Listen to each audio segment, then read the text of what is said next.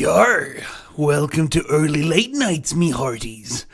It be your first mate speaking on the voyage across the Australian gaming and eSports news sea. Yar!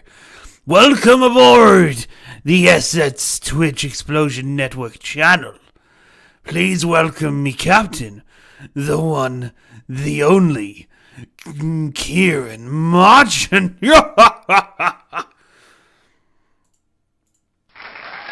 Now that's how you introduce me.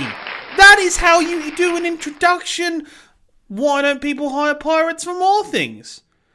You know, why don't pirates get hired for lots of things? I don't really know, but they should do because pirates are pretty great.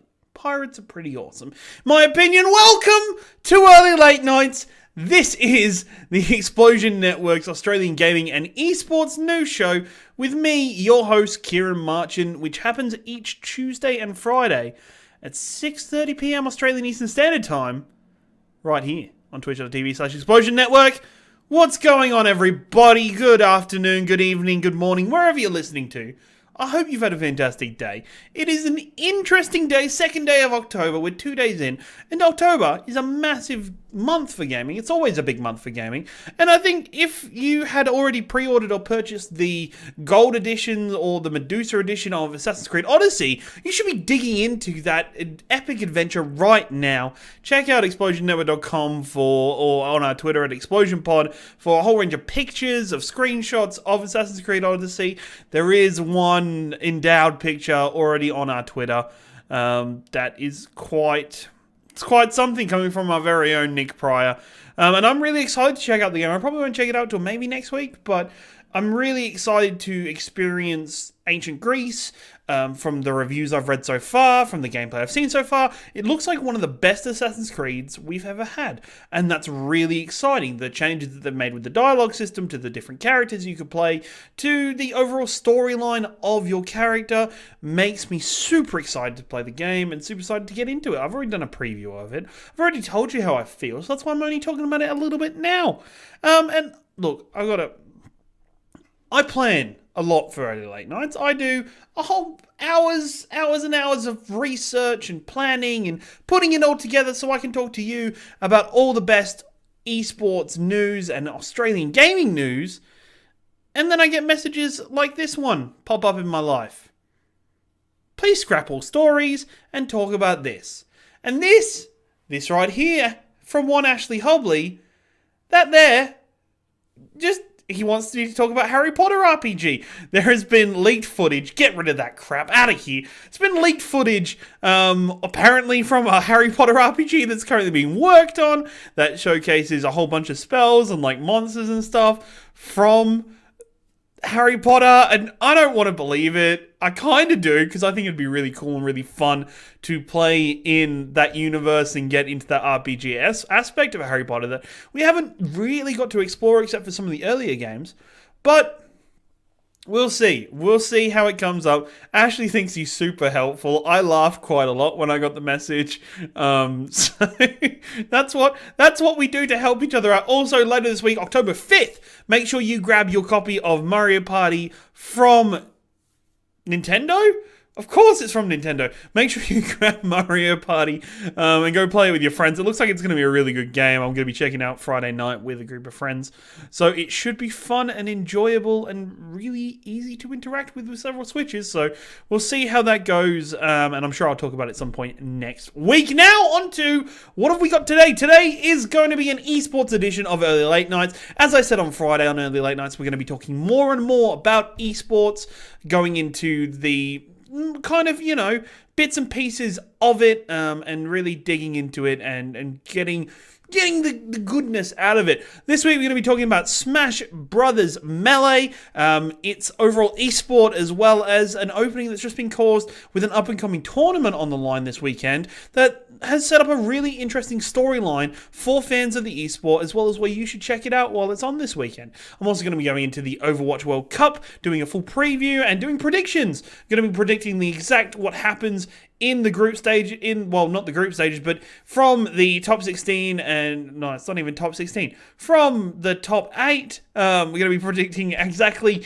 how the games go. I'm going to be giving you my breakout star, what matches to be looking out for, and what really to be doing for the Overwatch World Cup event, which I'm super excited for. We're going to be doing a new segment called eSport for Dummies. It's going to be a segment where I go through different esports and cover them over with as much, basic detail I can give you to arm you with the right amount of information to go into that esport and watch it and really enjoy it and get the most out of it. We're going to be talking about Counter-Strike Global Offensive this week, and that leads me on to my interview for the week. There's going to be an edited interview at the end of the show with ESL's head of broadcast talent, Jordan Elfishguy's Maze. I managed to sit down with him late last week. We talked a whole bunch of things, and so you're going to see some of the best bits out of it before the full interview is released later tonight. Sounds like a packed show. It probably is a packed show, and I should probably get on with it because there's a lot to talk about, a lot to discuss. So let's jump right into it. Let's go with Smash Brothers Melee. And so many people are probably going, Ciaran, Smash Brothers Melee? Really? Really, Melee? And yeah, Melee, the GameCube game, has such a big following. And a lot of players of the Smash Brothers series have always come back to Melee as the most purest and the best version of the game possible. And since then, we've had Brawl, we've had whatever the Super Smash was called on the Wii U, because I don't care, and we have the up-and-coming release of Super Smash Bros. Ultimate. And I'm going to be talking about how that will affect the game coming up and how it will change the rules of this a little bit in the future, but we've got a lot to talk about with Melee still, which is part of the amazing thing about esports, is that so many people can still interact with games they love, no matter how old the games are, and play them competitively. Play them in a scene that supports it and has a growing, thriving fan base for it. So throughout the year, there are generally 3 major events on the Smash Brothers calendar for Melee. There's Evo, there is, I can't remember the name of the second one because I'm a terrible human being, and then this weekend, Big House 8 is going to be live for the whole weekend. They've already got 1,033 entrants registered after closing the registrations for the event. It's a little bit less than normal, but we'll be talking about it. But the thing that gets me so interested about this Smash Brothers Melee event is the story that's leading up to it, because one of the greatest Smash Brothers players ever recently retired. Adam Armada Lindgren. Names, who cares? Well, I can't even complain about names. Can I? But anyway,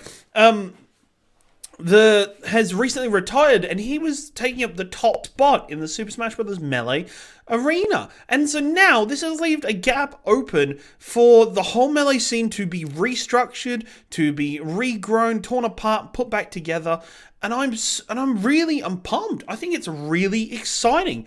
You don't get to see many times where somebody at the top level, at the very top, retires midway through the gaming season to see how it shakes up and what players are going to come out of it. It leaves spots open for Hungrybox and Leffen, who have emerged as 2 of the highest level Melee players going at the moment.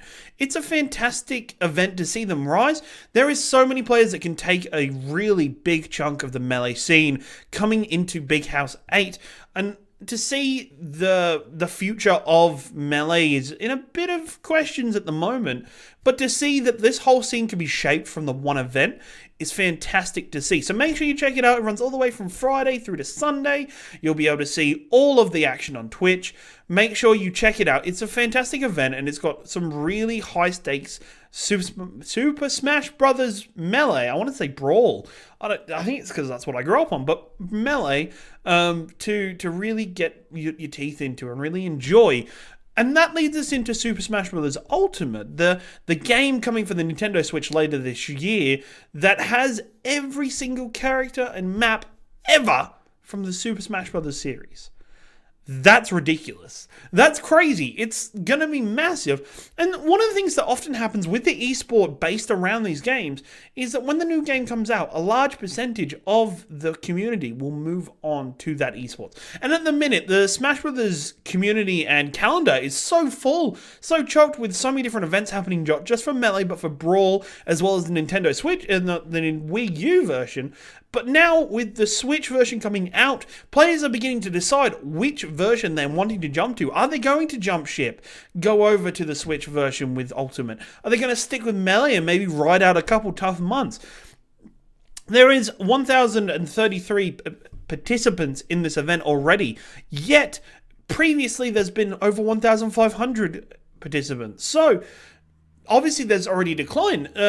Organisers for the event have already come forward and said that they understand that the calendar is quite busy and athletes are having to make a decision on which events they're going to. But for a major event, it's a little worrying to see a decline of 400 and something people from last year. We've got it happening now this year with the Big House 8. Now, Ultimate comes out. Are we going to be seeing that? Are we going to be seeing the future of the game there? Are we going to be able to see more and more pros transferring over to Ultimate? Or will it be the case of what we've seen every other iteration of Smash Brothers since Melee, is that they'll go over, they'll try Ultimate for a while, they'll decide, hey, alright, that's fine, we will go back to Melee, it's not quite our cup of tea, and go back to the original game. It's an interesting concept, and we'll be seeing more and more coming out from that scene with the release of Super Smash Bros. Ultimate. It's not Super, it's just Smash Bros. I keep saying Super before it, everybody. Smash Bros. Ultimate later this year, but I'll be going into that. I'll be looking more at Ultimate as we go. We'll probably have more events of that on the Explosion Network, so keep an eye out, keep tuned, and nothing to do with Bowsette. I don't want anything to do with Bowsette here. I'm sorry. Just no. Just be gone. Overwatch World Cup.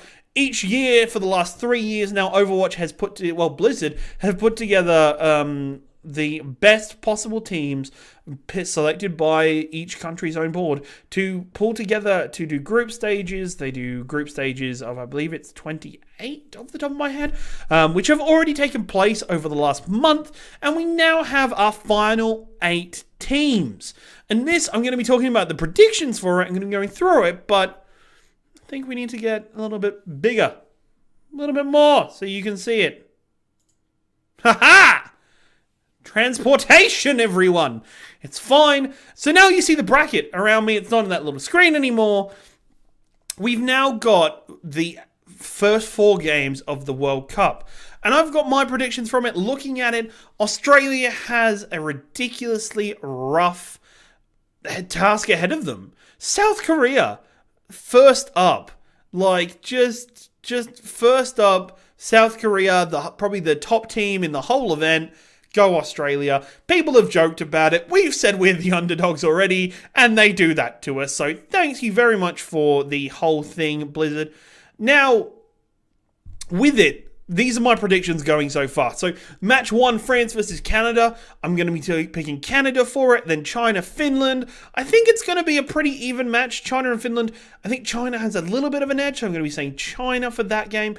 USA and United Kingdom. It's going to be USA. And then South Korea and Australia. I think it's going to go to 5 games. I think it's going to be a tough, well-fought battle.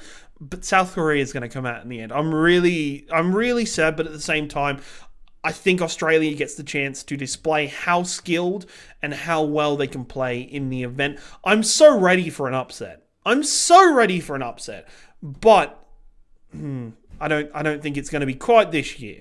And then, leading on to that, we'll have the 2 semi-finals of Canada v China, and we'll have USA versus South Korea. Now, in Canada versus China, I think Canada will be the... Canada will be the favourite in this game because of the star lineup they have, featuring XQC, featuring Shawfor, featuring a whole bunch of names from the Overwatch League. But then China comes in, and China is this underdog that is really strange in my opinion, because for many people, China hasn't had the roster that's been displayed through Overwatch League because of the Shanghai Dragons not picking up the World Cup team, except for Sky. Now, what do I think of this game? I think Canada will come out on top. They've been in the grand finals last year. They will come through again. I'm going to say Canada wins out in this one. Then we go on to USA versus South Korea. Now, the storyline of USA versus Canada would be an amazing grand final. But once again, I think it's going to go to 5 games. South Korea is going to have it tough. But South Korea is going to win out in the end, leading to a Canada-South Korea final. And I am biased, as Niron Fire has already said in chat. I checked Canada before I checked Australia because I'm a big Jane fan and he's the coach and no. So I'm going to call Canada as probably a little bit of a biased pick. South Korea is a really strong team, but I feel like Canada has the ability to take it out over them. Now for matches you should keep an eye on, I suggest you watch South Korea, Australia, of course.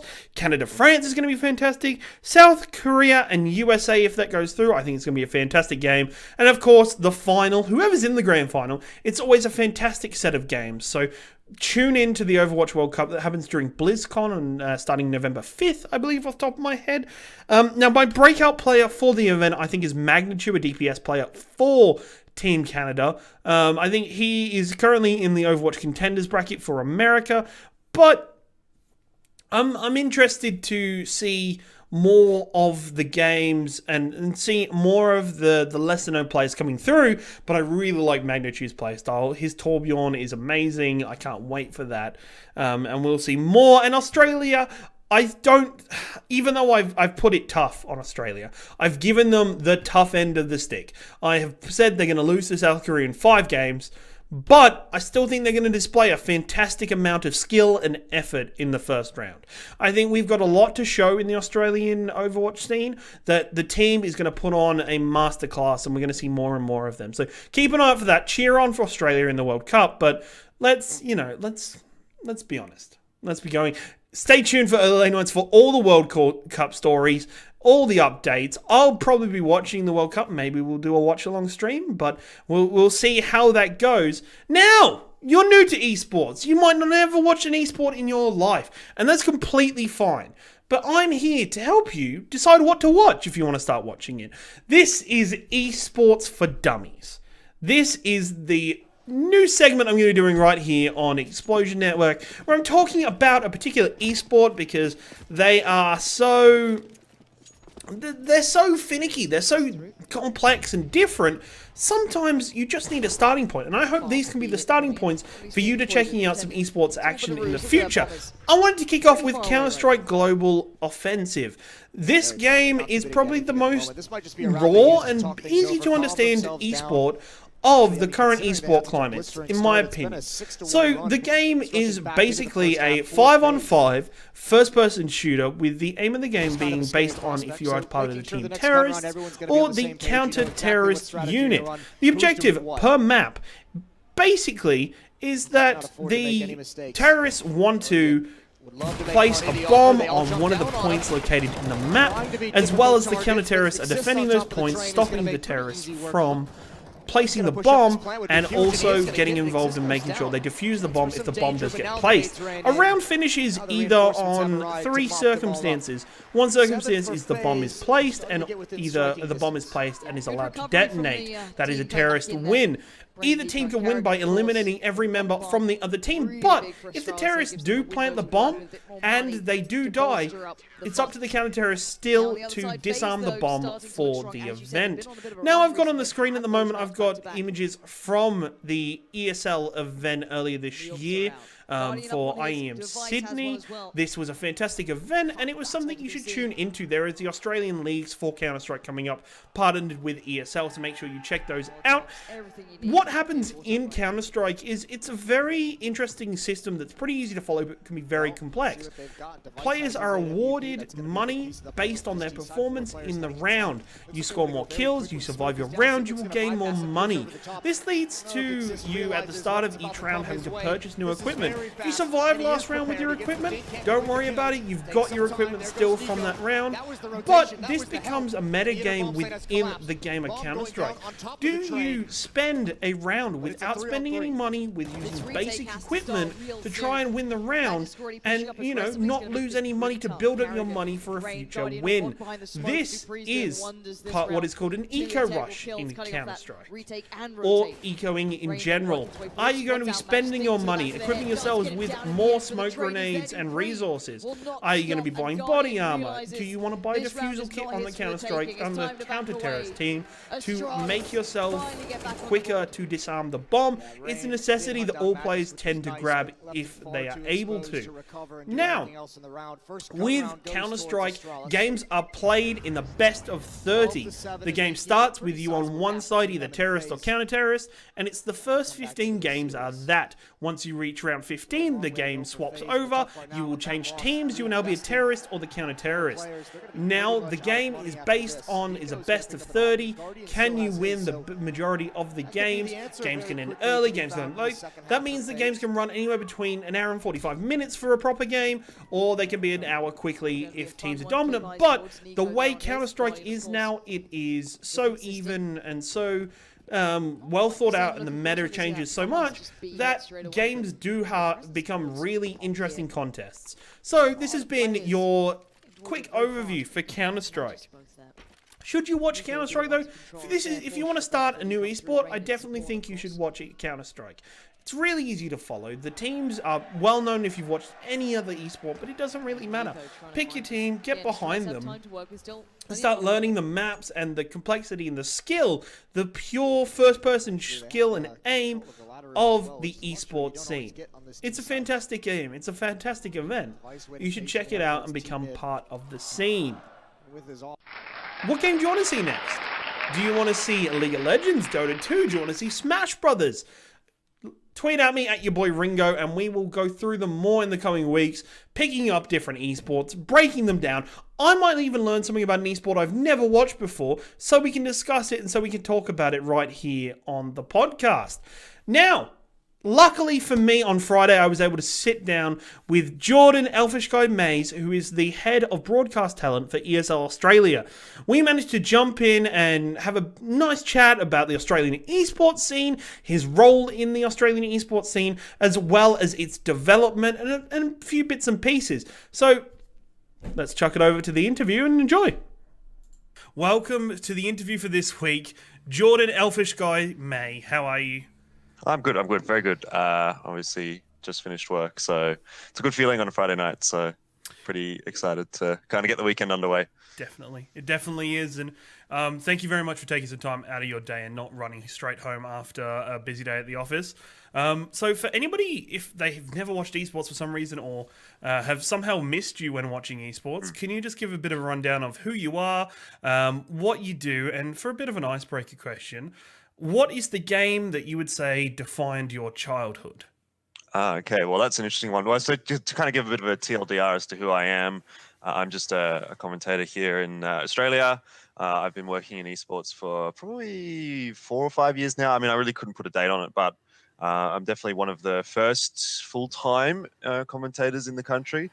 There are a few more around the place. Most of them, I think, are Riot employees, but I think I might be the only one that isn't a Riot employee that is a full-time commentator in the country. And actually, interestingly, on that topic, one of the games that did kind of influence my life the most probably was League of Legends, because it was one of the games that kind of got me into casting and into esports.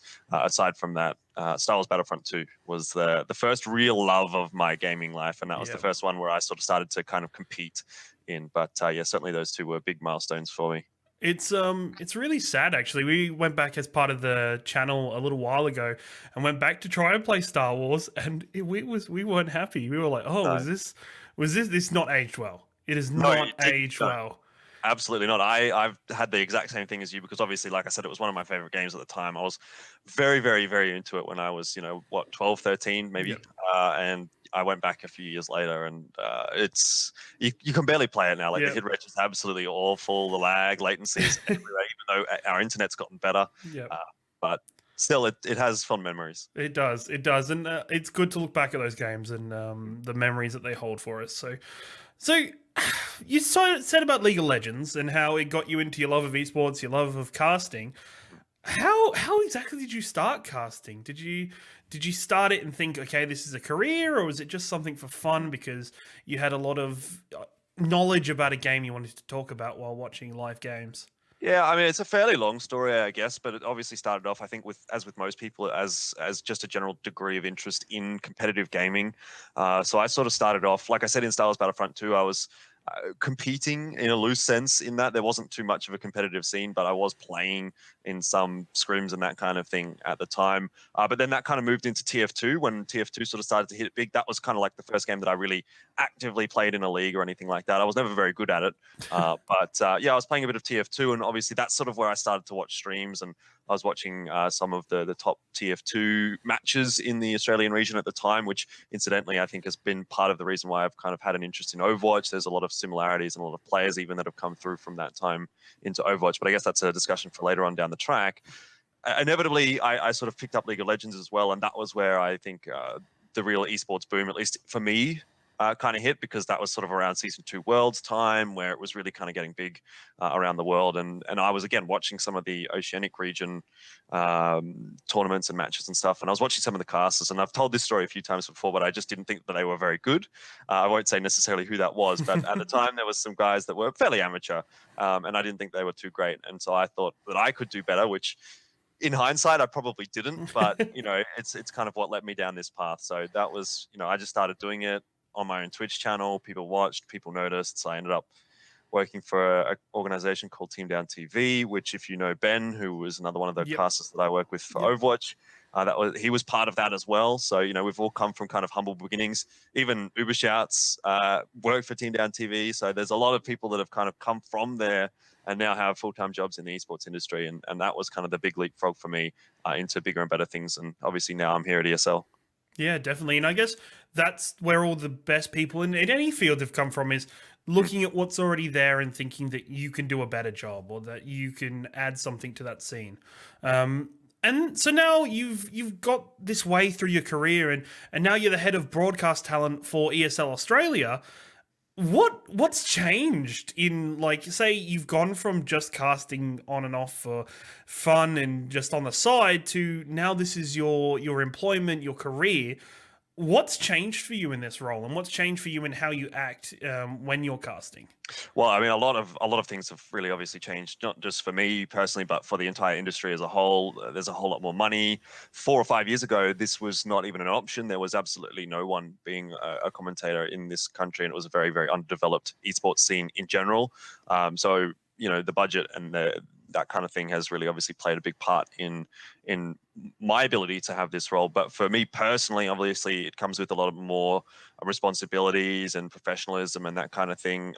And I've obviously increased my skill as a broadcaster as well over that time. You know, I've done hundreds and hundreds, maybe even thousands. I don't know how many broadcasts, but you certainly learn a lot. And so, yeah, exactly. Like with that kind of progression comes a lot more sort of responsibility in terms of, you know, you've got sponsor call outs and you've got certain things that you can't talk about on broadcast. When you're doing it on your own channel to 10 people, it really doesn't matter what you're talking about. But when you're representing not only yourself, but an organization, maybe a company, even a game, for, you know, in the sense of, like, for example, when we do Overwatch Contenders, I would say loosely we are representing Overwatch. If a new viewer to come in and watch Overwatch Contenders or something like that, if we were saying the wrong thing on broadcast, that would not necessarily translate well to a viewer's opinion about that certain game. So there's a lot of responsibilities and things that you need to be aware of when you're on a broadcast now, particularly for those more important broadcasts that we do tend to do.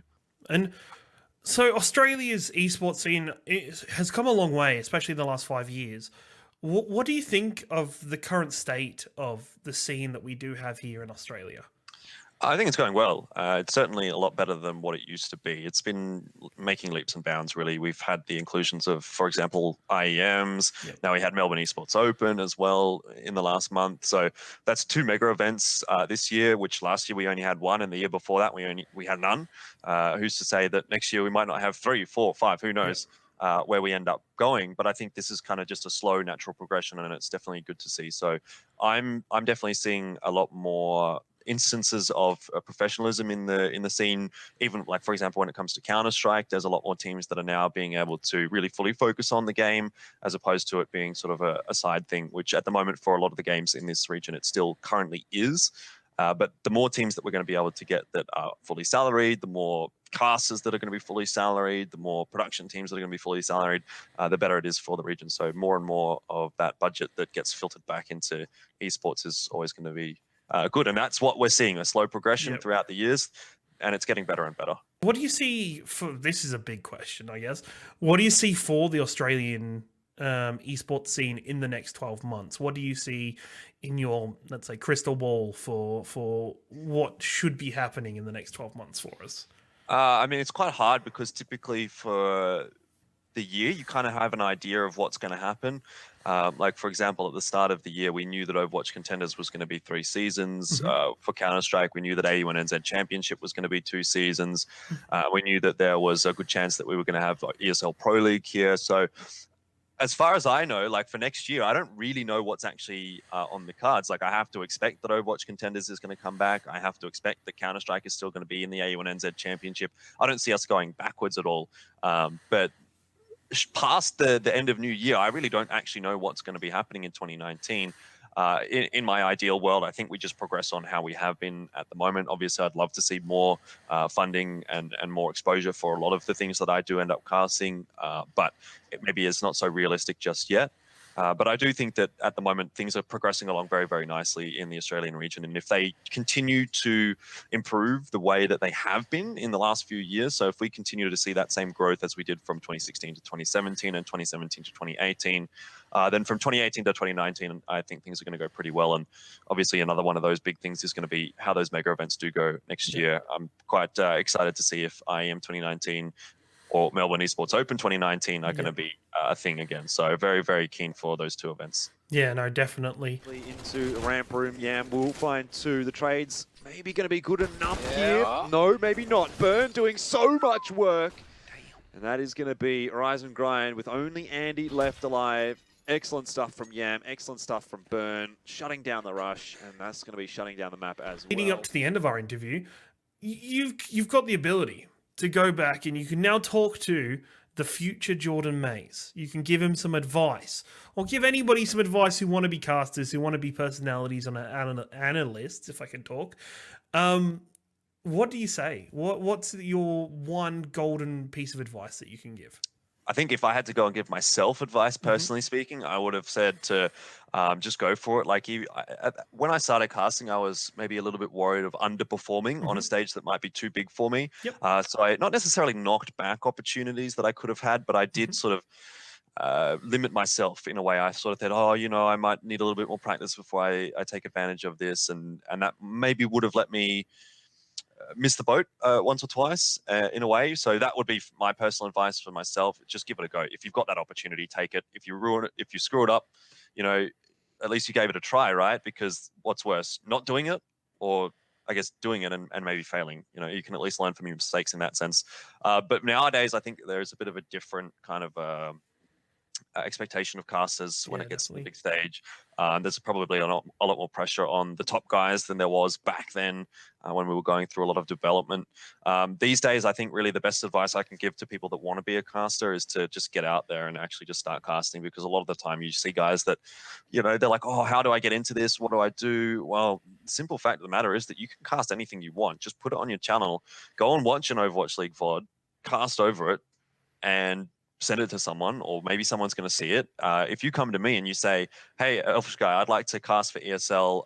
I'm really, really interested in Overwatch. And I'm like, okay, who are you? And you're just like, oh, I just like to cast. I've never casted before, but I want to give it a try. It's like, what's in it for me to give you a chance to cast Overwatch for ESL or for anyone else if I had any other opportunities that I could lead your way? You need to have a body of work before you kind of approach people. So the best way that you can do that is to just make your own VODs. I know there's a lot of organizations out there that do operate for newer casters and do a lot of online broadcasts, and you can jump in with any of them. Obviously, it's not going to be paid work, but realistically, when I look at how I kind of made my way into the industry, I did almost 2 or 3 years of unpaid work and sometimes flying myself to events. So it's not going to be easy to get into, but if you have that passion and you really want to do it, which you will figure out whether or not you want to do it after doing it a few times, then you can kind of go for it. And you kind of always got to look at the long-term future. It's not going to be something that's going to come quickly. It could take 6 months, 12 months, a year, 2 years before you really get that big gig. But once you do get that big gig, then people are going to take notice and you'll get more and more. And they say once you have it, then you've got too much and you start having to turn things down. And that's certainly been the case for me more and more as I've kind of progressed through my career. I've had a lot of opportunities that I would have really loved to have worked on, but at a certain point you have to be like, okay, is this worth it versus this? And you kind of have to make that decision. And then that's where that trickle down effect starts to come. If I turn something down and then the next person turns something down and the next person turns something down, then maybe it ends up being with Joe Blow, who's just started casting. And that was kind of how I made my sort of entrances into the scene. When people sort of turn things down, inevitably it trickled all the way down to me here in Australia, and now here we are. Thank you so much, Jordan, for giving up your time after work on this Friday. This is your time to, guiltlessly shill yourself and anything that you're involved with or you want people to watch. Well, I guess obviously I have to shout out my Twitter. It's at Elfishguy, or just look up Jordan Mays. You'll probably be able to find me pretty easily.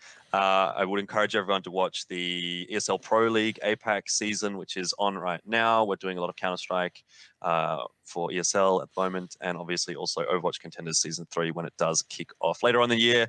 I'll be casting that as well, so super keen for that. So that's it pretty much for me. But yeah, make sure you check everything out.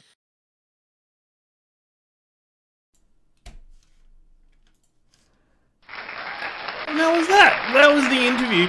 But there's a whole heap more that we discuss for Overwatch. We discuss for Counter-Strike. We discuss Melbourne Esports Open and more about the Australian esports scene. If you want to see that, swing by explosionnetwork.com right now to check out the full interview that is up live, or to our YouTube channel, youtube.com/explosionnetwork. This has been Early Late Nights episode 54, and I've been your host, Ciaran Marchant. The show goes live every Tuesday and Friday at 6:30 p.m. Australian Eastern Standard Time, as well as in a VOD and podcast format 24 hours later at 7 o'clock on the Wednesday and the Friday.